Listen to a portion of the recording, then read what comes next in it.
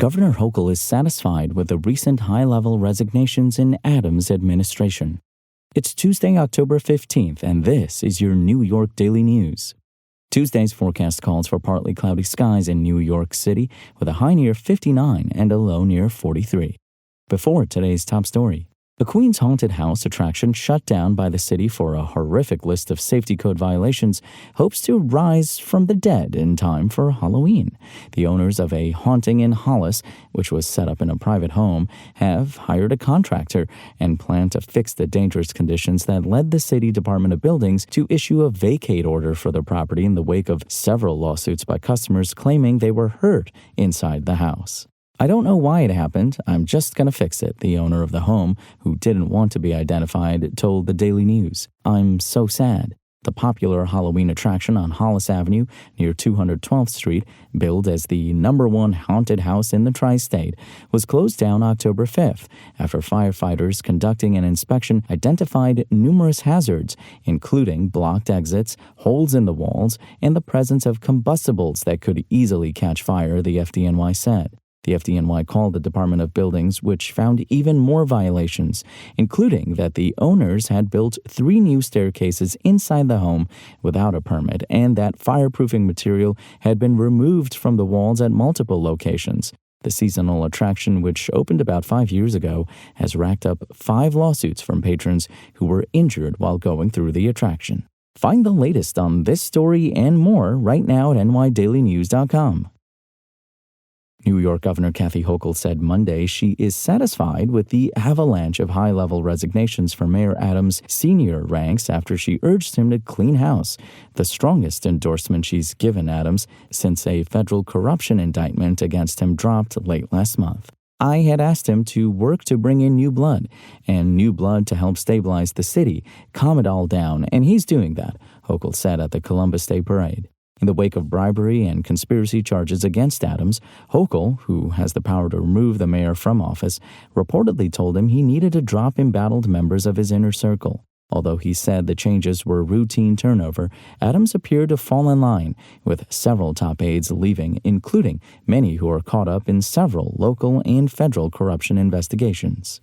Those who have resigned in recent days include Schools Chancellor David Banks, Deputy Mayor of Public Safety Phil Banks, and First Deputy Mayor Sheena Wright.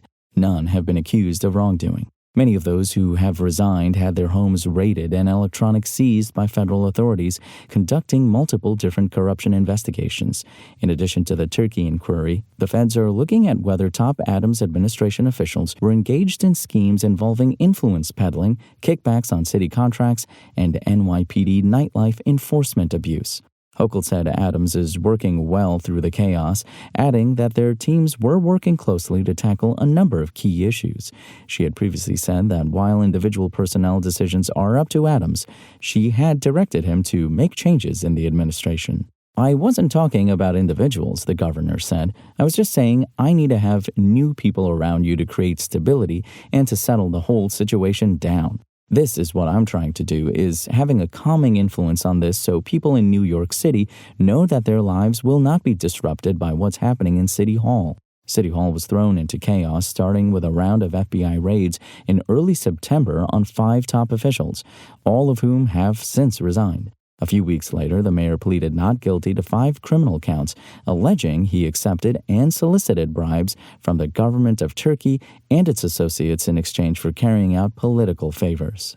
Adams has appointed Maria Torres Springer as first deputy mayor, Melissa Aviles Ramos as schools chancellor, and Allison Stoddard as chief counsel, while the top public safety deputy role and other positions remain empty. Interim NYPD Commissioner Tom Donlon, who is under fire after being raided himself, is expected to leave his post, with the city's current Sanitation Department Commissioner, Jessica Tisch, seen as a top contender to replace him.